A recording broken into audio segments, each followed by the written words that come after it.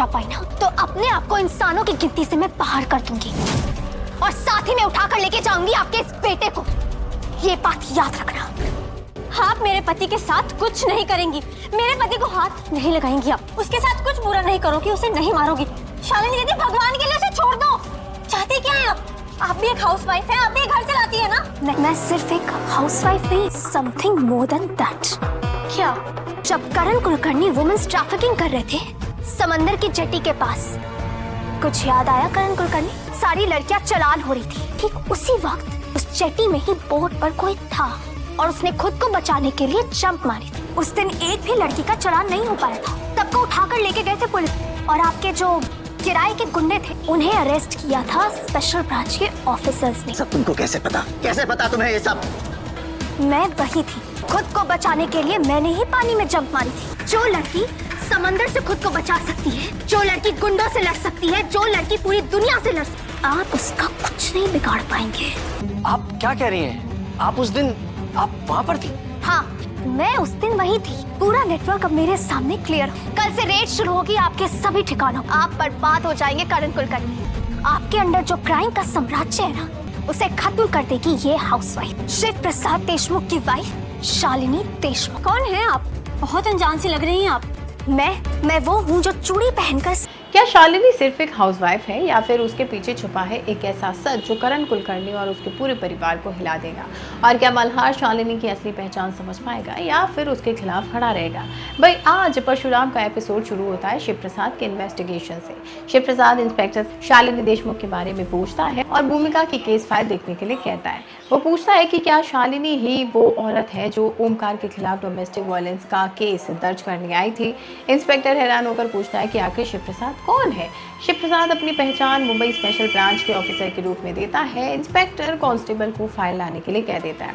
Inspector Shalini के बारे में बताता है कि वो बहुत पावरफुल है, उसका कॉन्फिडेंस और अंदाज बिल्कुल अलग है, उसे कानून की हर धारा की जानकारी और उसे लगता है जैसे वो खुद उनके डिपार्टमेंट का हिस्सा हो। ये सुनकर शिव प्रसाद भी हैरान रह जाता है। वो फाइल लेकर वहाँ से चला जाता है। दूसरी तरफ शालिनी करण कुलकर्णी के घर पहुँचती है और उसे वार्निंग देने लगती है। अब करण भी उसे बहस करता है। गुस्से में शालिनी उसे जान से मारने की धमकी दे देती है। करण हैरान होकर पूछता है कि क्या वो अपने ससुर को मार देगी? तब कबीर बीच में आकर कहता है कि करण उसकी जिंदगी है और शालिनी उन्हें धमकी कैसे दे सकती है। अब शालिनी कहती है कि करण ने हमेशा उसे कम समझा क्योंकि वो एक औरत है। उसे लगता है कि वो सिर्फ एक हाउसवाइफ है जो कुछ नहीं कर सकती, लेकिन शालिनी कहती है कि वो उसे जेल तक पहुंचा सकती है और उसके बेटे को भी नहीं छोड़ेगी। कबीर गुस्से में शालिनी पर चिल्लाता है, लेकिन शालिनी बिना डरे करण का कॉलर पकड़ लेती है और उसे समुद्र में फेंक देने की धमकी देती है। तब आराध्या शालिनी से पूछती है कि अगर वो करण से इतनी नफरत करती है तो फिर उसने इसी घर में गृह प्रवेश क्यों किया? वो तुरंत मल्हार को कॉल करके शालिनी की शिकायत करती है और कहती है कि उसने करण के साथ इतनी बदतमीजी से कैसे बात की। अब मल्हार शालिनी से बात करना चाहता है। शालिनी करण से कहती है कि वो उसका ससुर नहीं बल्कि इंसानियत से भी गिर चुका है। मल्हार शालिनी को करण के साथ रूड बिहेव करने के लिए तुरंत टॉन्ट मारता है। वहीं वो कहता है कि शालिनी ने घर में ड्रामा क्रिएट किया और भूमिका को मनीष दीक्षित के खिलाफ केस करने के लिए उकसाया। मल्हार पूछता है कि आखिर शालिनी को क्या हो गया, लेकिन शालिनी साफ कह देती है कि ये लोग उसके रिस्पेक्ट के लायक नहीं है। वो मल्हार को याद दिलाती है कि भूमिका उनकी बहू है, फिर भी उसे कमरे में बंद कर दिया गया था और किसी ने उसके लिए आवाज़ नहीं उठाई। मल्हार शालिनी को करण के घर से चले जाने के लिए कहता है, लेकिन शालिनी एक बड़ा सच सामने रखती है। वो कहती है कि करण कुलकर्णी ने उसे और उसके बच्चों को किडनैप किया था। वो कहती है कि करण उसका पिता है, लेकिन उसके लिए वो जैसे मर चुका है। वो भी करण को अपने लिए मना हुआ समझती है। शालिनी बताती है कि मनीष उसका काका था, फिर भी उसने उसे किडनैप किया। उसने आराध्या को पाला, लेकिन आज वही आराध्या अपने पति के साथ मिलकर उसके खिलाफ खड़ी है। वो ये सब कैसे बर्दाश्त करेगी? आराध्या करण का बचाव करती है और कहती है कि शालिनी सिर्फ एक हाउसवाइफ है, फिर इतना बड़ा हंगामा क्यों कर रही है? तब शालिनी एक शॉकिंग बात कहती है। वो बोलती है कि वो सिर्फ एक हाउसवाइफ नहीं है, बल्कि उसके अंदर और भी बहुत कुछ छुपा हुआ है। अब शालिनी बताती है कि जब करण इलीगल ड्रग ट्रैफिकिंग कर रहा था तब कुछ लड़कियों ने अपनी जान बचाने के लिए समुद्र में छलांग लगा दी थी और उनमें से एक वो भी थी।